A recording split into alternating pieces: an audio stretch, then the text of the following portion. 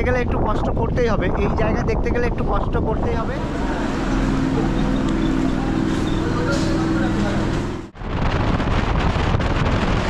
সকাল 7টা বাজে, এই যে লক্ষ্মীকান্তপুর এসে পৌঁছালাম।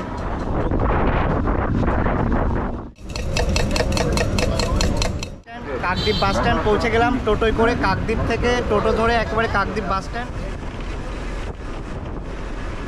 নৌকাটা আসবে আর এখান থেকে আমরা নৌকায় উঠবো, বোটে উঠবো, বোটে উঠে ওই পাশে যাব। আর এখানকার পরিবেশটা দেখো কত সুন্দর।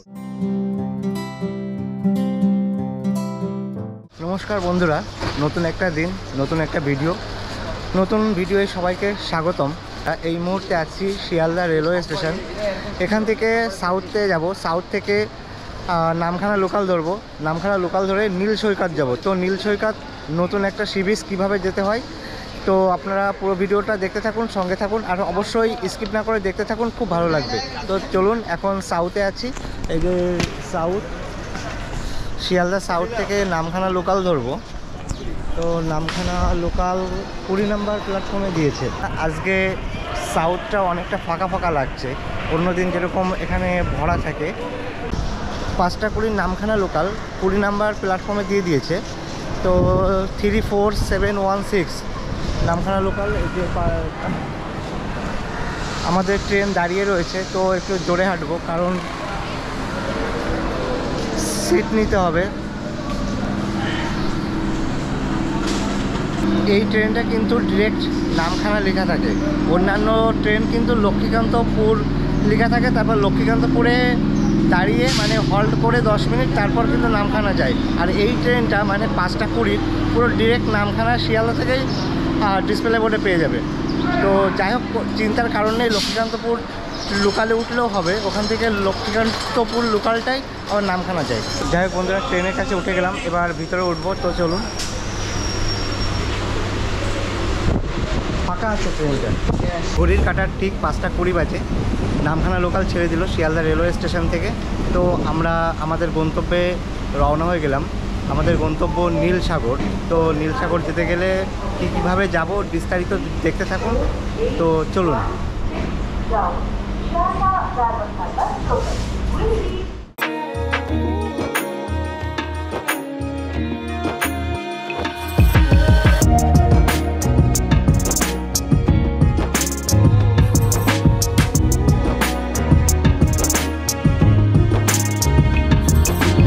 থেকে ছাড়ার পর প্রথম স্টপেজ দিল পার্ক সার্কাস। পার্ক সার্কাস ছেড়ে দিল, এবার বালিগঞ্জের দিকে ট্রেনটা ঢুকছে।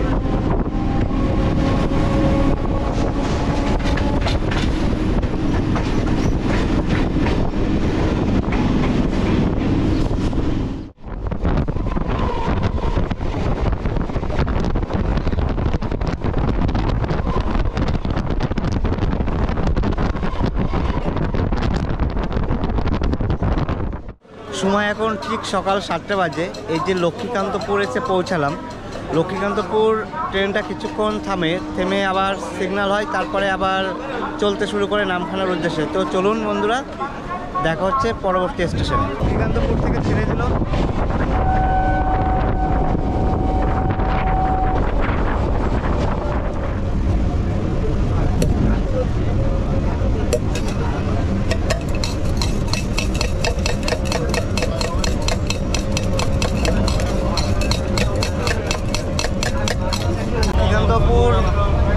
ছাড়ার পরে কাকদ্বীপ ঢুকবে কিছুক্ষণের মধ্যে। তো আমরা নামখানা লোকালে উঠলে এই একটা জিনিস খাই, সেটা হচ্ছে মুড়ি মাখা। মুড়ি মাখা নিয়ে নিয়েছি, আর মেজুদা আমাদের মুড়ি মাখা খাচ্ছে। বলো এই মুড়িটা কেমন লাগছে? আগের দিনের মুড়িটা গোল ছিল, এটা একটু আলাদা, কিন্তু পাঁশকুড়ারটা সব থেকে বেস্ট। পাঁশকুড়া। আর আজকে সময় আছে, সময়ের কেমন লাগছে? পাঁশকুড়ার মুড়ি মানে তো বিখ্যাতই, সে তো সবাই জানে। তো মুড়ি, আজকের মুড়িটা গোল, একটু লম্বা টাইপের গোল মুড়ি ছিল, হালকা। তো আজকের মুড়িটা ভালো হয়েছে। যাই হোক, তাহলে খেয়ে নিই, দেখা হচ্ছে পরের স্টেশন।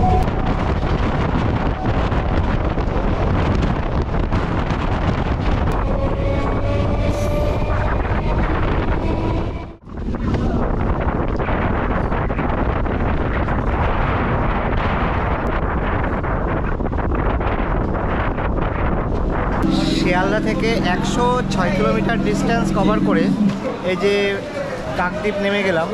এবার কাকদ্বীপ থেকে কিছু খেয়ে নেব, খেয়ে নিয়ে তারপর বাস ধরে নেব। তো চলুন। আর দেখো কাকদ্বীপে অধিকাংশ মানুষই নেমে গেল, ভিড়টা দেখো।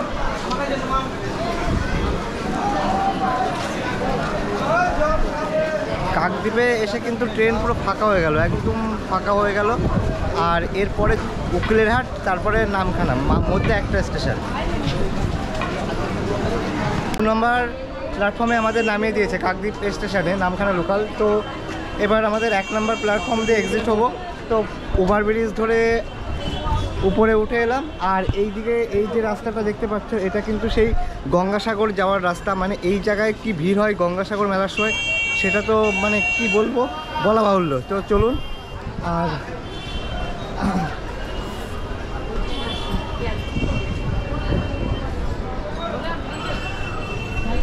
এবার ওভারব্রিজ ধরে 1 নম্বরে চলুন।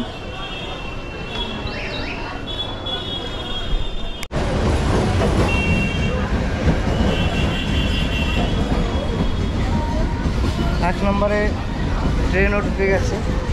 এই ট্রেন শিয়ালদায় যাচ্ছে কিন্তু।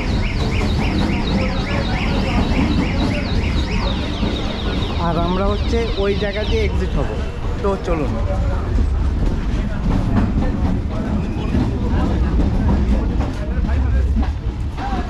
এটা হচ্ছে নামখানা স্টেশনের একবারে মানে প্রবেশদ্বার, মানে এই দিক থেকে স্টেশনের উপরে উঠতে হয়।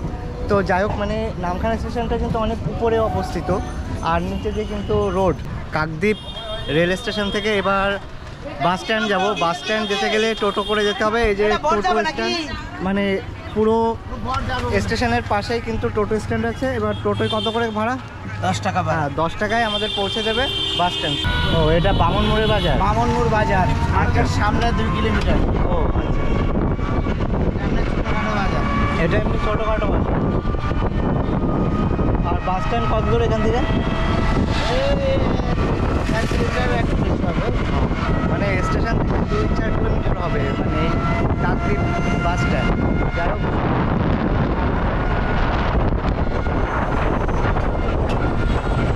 এটা হচ্ছে Kakdwip bus stand. Kakdwip bus stand পৌঁছে গেলাম টোটোয় করে। কাকদ্বীপ থেকে টোটো ধরে একেবারে কাকদ্বীপ বাস স্ট্যান্ড। এই যে হচ্ছে বাস, এখান থেকে বাস ধরে পুরো পাথর প্রতিমা।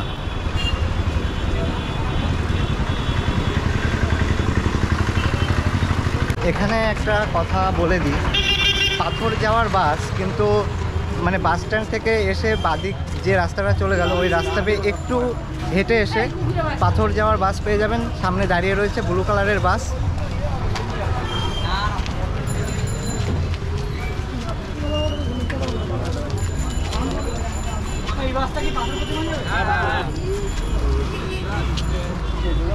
চলো।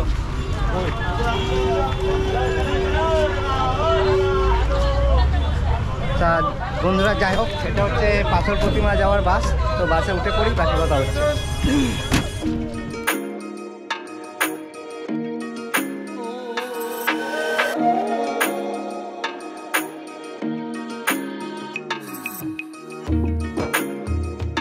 পৌঁছে গেলাম পাথর প্রতিমা বাজার। তো বাসে করে আসলাম এই যে বাস স্ট্যান্ড। এই বাসে করে এসে এবার এখান থেকে ঘাট পার হতে হবে। তো পাথর প্রতিমা বাজারে মানে কাকদ্বীপ থেকে পাথর প্রতিমা পর্যন্ত ভাড়া নেবে 26 টাকা, 24 কিলোমিটার।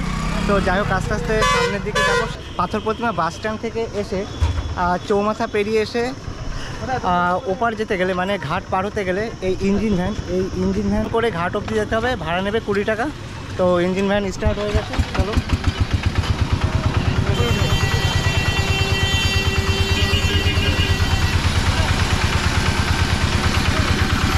পাথর প্রতিমা থেকে ইঞ্জিন ভ্যান ছেড়ে দিল। এবার আমরা ঘাটের উদ্দেশ্যে রওনা হয়ে গেলাম। আর ঘাট কত দূর দাদা এখান থেকে? কত দূর ঘাট? কত কিলোমিটার? 4 কিলোমিটার। 4 কিলোমিটার। কত মিনিট লাগবে টাইম? মিনিট 15। ও, ওপারে যাওয়া যাবে তো? নৌকো আছে। ও, যাই হোক, নৌকা আছে, কোনো অসুবিধা নেই। এখানকার পরিবেশ কত সুন্দর, আর আজকের যে ওয়েদার এত সুন্দর, কি বলবো, বলে বোঝাতে পারছি না। একটু আপনারা দেখেন।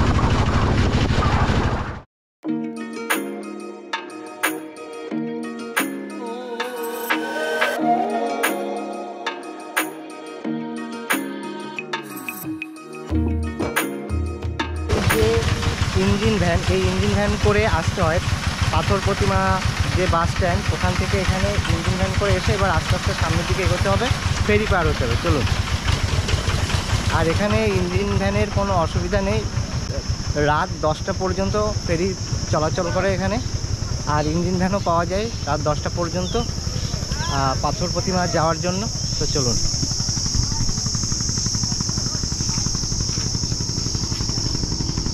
এই মুহূর্তে দাঁড়িয়ে আছি যুধিষ্ঠি জানার ফেরিঘাটে।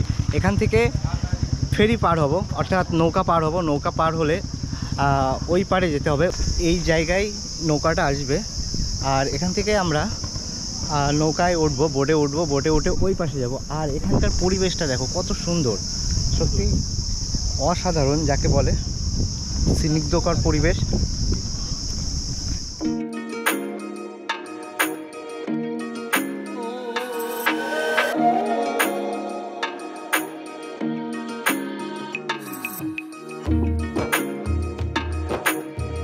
ঘাট পার হয়ে এপারে এসে যে বাজারটা, সে বাজারটা একটু দেখুন। এখানেও অনেক ইঞ্জিন ভ্যান আছে, বিভিন্ন জায়গায় যাওয়া যায়। কোন ভ্যান যাবে? টোটো, টোটোটা? টোটো আছে, ভ্যান আছে।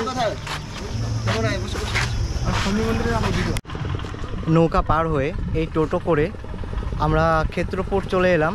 আর এই ভাড়া নিল, টোটোতে করে ভাড়া নিল 20 টাকা করে। তো সামনে এবার আবার একটা টোটো কিংবা ইঞ্জিন ভ্যান ধরতে হবে। এই মুহূর্তে ব্রজবল্লভপুর আছি, ওই যে বাজারটা, ওর পিছনে যে টোটো স্ট্যান্ড, ওখানে এসে নামলাম। এবার হাঁটতে হাঁটতে এই বাজারে আসলাম, এসে এখান থেকে কিছু খাবো। যদিও এখন কিছু পাওয়া যাচ্ছে না, এখন টাইম প্রায় 11টা বাজতে গেল। তো দেখা যাক কি কি পাওয়া যায়।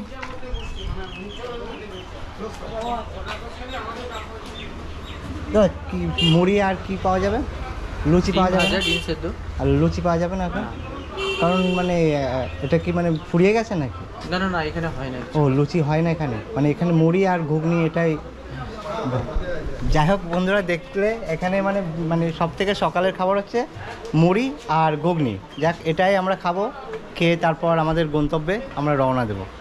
তো খাওয়া দাওয়া করে নিই। মুড়ি ঘুগনি চলে এসছে, আর দেখো কত দিয়েছে। আর সাথে লেবু আছে, চানাচুর আছে, শসা আছে। তো এটা এখন খেয়ে তারপর দুপুরেরটা কী হবে পরে জানিয়ে দেবো। তো খেয়ে নিই আগে। Blue sea beach of Bengal বলতে আমরা কিন্তু একটা নামই বুঝি, গোবিন্দপুর সি বিচ, মানে যেটা বাংলার মধ্যে সব থেকে নীল, মানে নীল জলের সমুদ্র সৈকত, যেখানে গেলে গোয়ার ফিল পাবেন। তো আস্তে আস্তে আমরা সেই ব্লু বিচ অফ বেঙ্গলের দিকে এগোচ্ছি। অনেক পথ চলে এসেছি। আর এই যে জার্নি, এটা কিন্তু পুরো অফবিট এরিয়া। কিভাবে আসবেন, তো আমার ভিডিওটা প্রথম থেকে দেখতে পারলে আপনারা সব জানতে পারবেন। তো এই অফবিটে কিন্তু মানুষ খুবই কম আছে, কিন্তু যারা আসে তারা কিন্তু এই জায়গার প্রেমে পড়ে যায়।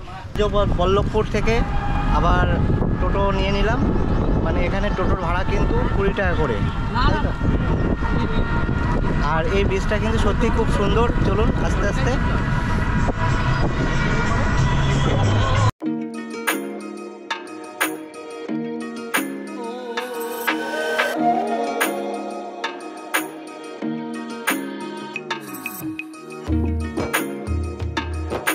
টোটো দাদাই আমাদেরকে নিয়ে আসলো। এটা হচ্ছে গোবিন্দপুর আবাদ ফেরিঘাট। তো এখান থেকে এবার আমরা বেঙ্গলের যে ব্লু সি বিচ, মানে নীল সমুদ্র সৈকত, নীল জলের সমুদ্র সৈকত, সেখানে যাব। তো আস্তে আস্তে আমরা সামনের দিকে এগিয়ে যাব। ব্লু সি বিচ অফ বেঙ্গলে যেতে গেলে এই পথে এবার কিন্তু হেঁটে হেঁটেই যেতে হচ্ছে, তাই হেঁটে হেঁটেই যাচ্ছি। এটা কিন্তু সম্পূর্ণ অফবিট। এটা হচ্ছে রাক্ষসখালীতে এই বিচটা আছে। এখানে কিন্তু কম সংখ্যক মানুষ এই জায়গায় যায়, মানে অনেকে যেতে পারে না। তো এই যে জঙ্গল, এই জঙ্গলে কিন্তু বাঘ থাকে, এখানকার স্থানীয়রা বলছে। তবুও একটা জিনিস বলে দিল যে যদি দেখবেন কোনো বড় করে আকারে, মানে ওই জঙ্গল থেকে বড় করে আকারে কোনো ঝাপটা বেরিয়ে আসলে সঙ্গে সঙ্গে দৌড় দিয়ে এই দিকে পালাবেন। তো মানে সেই দিকটা ধ্যান রাখতে হবে, মানে খেয়াল রাখতে হবে। তো আর এইদিকে বাড়ি আছে তো একটু দূরে। আর এখানকার মানুষের এইভাবেই জীবনযাপন করে। তো যদি কাউকে পাই তো সেই বিষয়টা তাদের কাছ থেকে শুনে নেব এরিয়ায়। তো দুজন মহিলা যাচ্ছিল, ওনারাই আমাদের বলে দিল ব্যাপারটা। বললো আমরা এখানে স্থানীয়, তো আমাদের এতটা প্রবলেম হয় না, আমরা বুঝি বিষয়টা।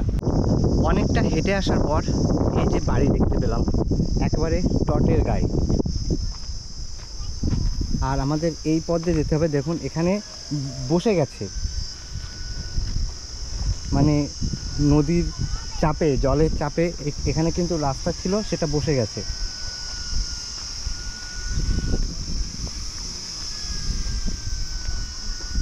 আর এখানে কিন্তু একটা বাঁধ করা আছে, এই যে বাঁধটা দেখাবো। যাই হোক, অনেকক্ষণ পরে দুটো কাকুকে দেখতে পেলাম নৌকা বানাচ্ছে, তো আমি নেমে যাই, গিয়ে দেখে আসি একটু। ও বাবা, বলছি দাদা এই নীল সমুদ্র তট কি সামনে? মানে ওখানে একটু দেখতে যাব, ওখানকার পরিবেশটা। হ্যাঁ, জি প্লট না, মানে ওই তটে যাব এখান। হ্যাঁ হ্যাঁ, তটে যান, এখান থেকেও নদীর নীল জল তোলা যায়, এই সামনে চলে যেতে হবে। ও আচ্ছা, এই সামনে। হ্যাঁ, এই সামনে একটু চলে গেলে একদম পুরো সমুদ্র উঠে আসবে। আচ্ছা আচ্ছা, ওইটাই দেখা, মানে দেখতে যাব। আর একটু সামনে চলে যান, ওইখানটা ওইটা একদম সামনে। হ্যাঁ, এই পাশ দিয়ে চলে গেলে ও পারে সব দেখতে পাবেন। ওই বিচ থেকে হেঁটে চলে যাবেন সামনে একদম। আচ্ছা, এখানে না গাড়িতে আসছেন? না না, এখন কিছু হেঁটে আসছেন? হ্যাঁ হ্যাঁ। তাহলে এই নদী ধার দিয়ে এই সাইড দিয়ে চলে যান, এই সাইড দিয়ে রাস্তা আছে। হ্যাঁ হ্যাঁ, এমনি এমনি এইখানটা নেমে যান। হ্যাঁ, ইউটিউবার ট্রাভেল উইথ চঞ্চল। ঠিক আছে, এইখানটা নেমে যান, ওই ধার দিয়ে চলে যাবেন। কিচ্ছু নেই, কিচ্ছু নেই। না, আমাকে একজন বলছে যে এই পাশে কিন্তু বাঘটাক বেরিয়ে আসে, সাবধানে যাবে। ভুল বলেছে, আমাদের একদম জনবসতি, হ্যাঁ। আমরা একবারে জনবসতি এলাকায় মানুষ আমরা বাস করে আছি। বাঘ আসবে কোথায়? এবার ওই জন্য ভয়তে যাচ্ছি। না না না, কিচ্ছু নেই, বাঘ আছে ওপারে। এখানে জল আসে কখন? এই তো জোয়ার, এখনই তো ভাটা হয়ে যাচ্ছে। ও, জোয়ার ছিল এর আগে? হ্যাঁ, জোয়ার ছিল, আপনার এই পা পর্যন্ত জল ছিল। ও আচ্ছা আচ্ছা, জলটা নেমে গেছে, ভাটা হয়ে যাচ্ছে না। হ্যাঁ, জল দেখতে পাবেন ওইখানটা, ওই গাছগুলোর ওপারে একটু চলে যান, 5 মিনিটের রাস্তা। আচ্ছা, থ্যাংক ইউ কাকু, ভালো থাকবেন। যাই হোক, এখান থেকে আরও ইনফরমেশান নিয়ে নিলাম। এবার এখানে জল চলে আসে, কিন্তু আমি নিচে নেমেছি ভালো, এবার আমার উপরে উঠতে হবে। এবার উঠাটা দেখতে হবে কোন দিক থেকে উঠবো। আর এখানে নৌকা কাজ চলছে।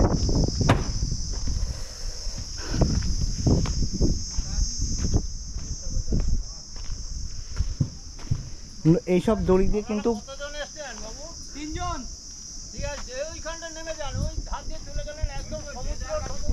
কাকুরা সত্যি খুব হেল্পফুল। আর এইভাবে আমার উপরে উঠতে হচ্ছে। ও বাবা,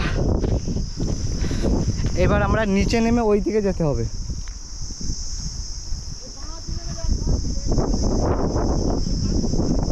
এই গাছের ধার দিয়ে, ওইটা ভুল, এই দিতে যেতে হবে। তো আবার এই নিচে নামতে হবে। এবার ওখানে মাছ ধরা চলছে, দেখুন।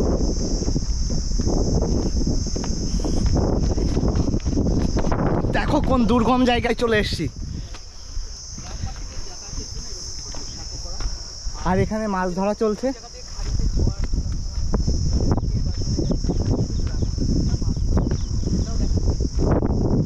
মাছ ধরছে এখানে। ভাই, পেয়েছো মাছ? পেয়েছো?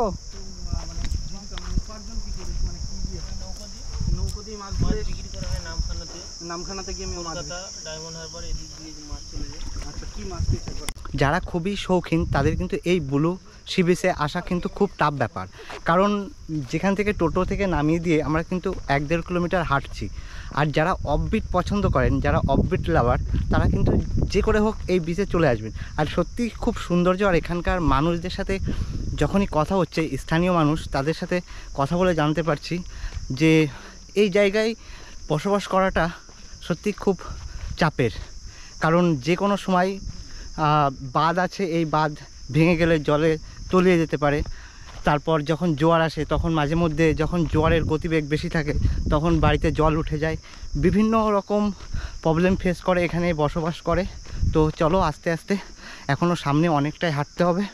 ও, আর রোদও পড়েছে, কিন্তু একটু আগে হাওয়া চলছিল। তো আমরা একটু নিচে দিয়ে হাঁটছি। আর এই যে সেই জঙ্গল, উপর দিয়ে রাস্তাটা বুঝে গেছে, তো ওই জন্য গরমটা বেশি লাগছে। তো চলুন, পৌঁছে গেলাম Bengal blue sea beach. Blue sea beach of Bengal. এই যে সি বিচের পাশে আছি, এটা কিন্তু blue sea beach of Bengal. এখানে কিন্তু পৌঁছে গেলাম। যাই হোক, আর এখানকার আমি ওনার সাথে কথা বলেই জানছিলাম যে এখানে একটা ভয়, যেটা কখনো হঠাৎ করে বন্যা আসে, এই বাঁধ ভেঙে কিন্তু গ্রামে জল ঢুকে যায়। এটাই হচ্ছে এখানকার সব থেকে বড় প্রবলেম যিনি বলছিলেন। যাই হোক, আর আমি এখন পৌঁছে গেছি কিন্তু বেঙ্গলের ব্লু সি বিচে। অসাধারণ ভিউ, অসাধারণ।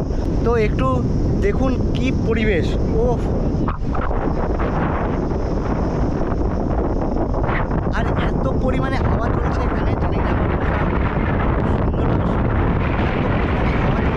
জানি না আমার কথা কতটা কষ্ট শোনা যাচ্ছে। তো যাই হোক, যতটা পারছি চেষ্টা করছি তুলে ধরা। আর এই জায়গায় আমি আসতে পারবো নিজেও ভাবিনি, কারণ নিজের প্রতিবন্ধকতা নিয়ে যে এই জায়গায় চলে আসবো এতটা হেঁটে হেঁটে। আর অ্যাকচুয়ালি আমি অফবিট খুব ভালোবাসি আর নতুন জিনিসকে জানার খুব ভালোবাসি, ওই জন্য চলে এলাম। তো যাই হোক, এখানে আসাটাই সার্থক।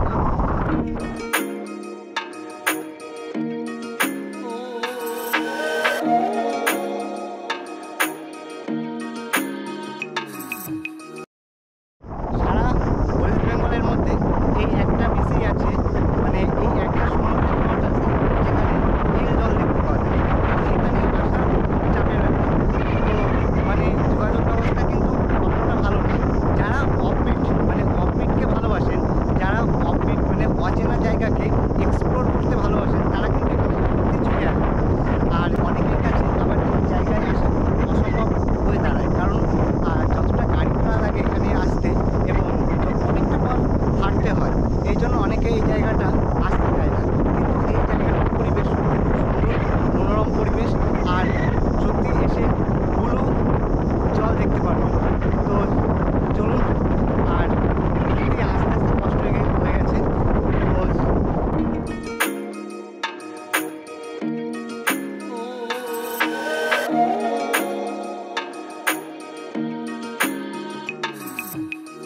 এই জায়গার পরিবেশ সত্যি খুবই সুন্দর, কিন্তু আসতে গেলে অনেকটা খাটনি করতে হবে, কারণ অফবিট প্লেস। আর আসলে আপনার অনেক কিছু জানা হয়ে যাবে, কারণ এখানে আসতে গেলে এক্সপ্লোর করে করে আসতে হবে। অ্যাকচুয়ালি টোটো যেখানে নামিয়ে দিচ্ছে ওখান থেকে না হলেও 1 থেকে 1.5 কিলোমিটার রাস্তা কিন্তু আপনার পায়ে হেঁটে আসতে হবে, একেবারে জঙ্গলের আর এই খাড়ি বরাবর। তো আস্তে আস্তে অনেক কিছু দেখতে পারবেন যেগুলো আপনার জীবনের অজানা। আর এটা হচ্ছে রাক্ষসখালির একবার শেষ প্রান্ত, ওপাশে পুরো কিন্তু সমুদ্র। যাই হোক, এই যে জায়গায় এসেছি, এই জায়গায় আপনারাও আসতে পারেন। এখানে কিন্তু থাকার ব্যবস্থা নেই, হোটেলও নেই। যদি থাকার ব্যবস্থা বা হোটেল আপনার দরকার হয়, তাহলে কিন্তু সেই বাজারে যেখান থেকে আমি ঘুগনি মুড়ি খেয়েছি।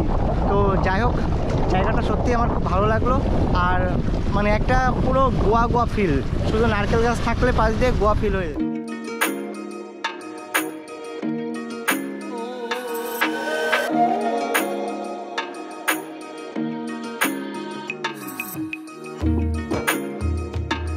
বাংলার নীল সমুদ্র সৈকত, যাকে বলা হয় blue sea beach of Bengal.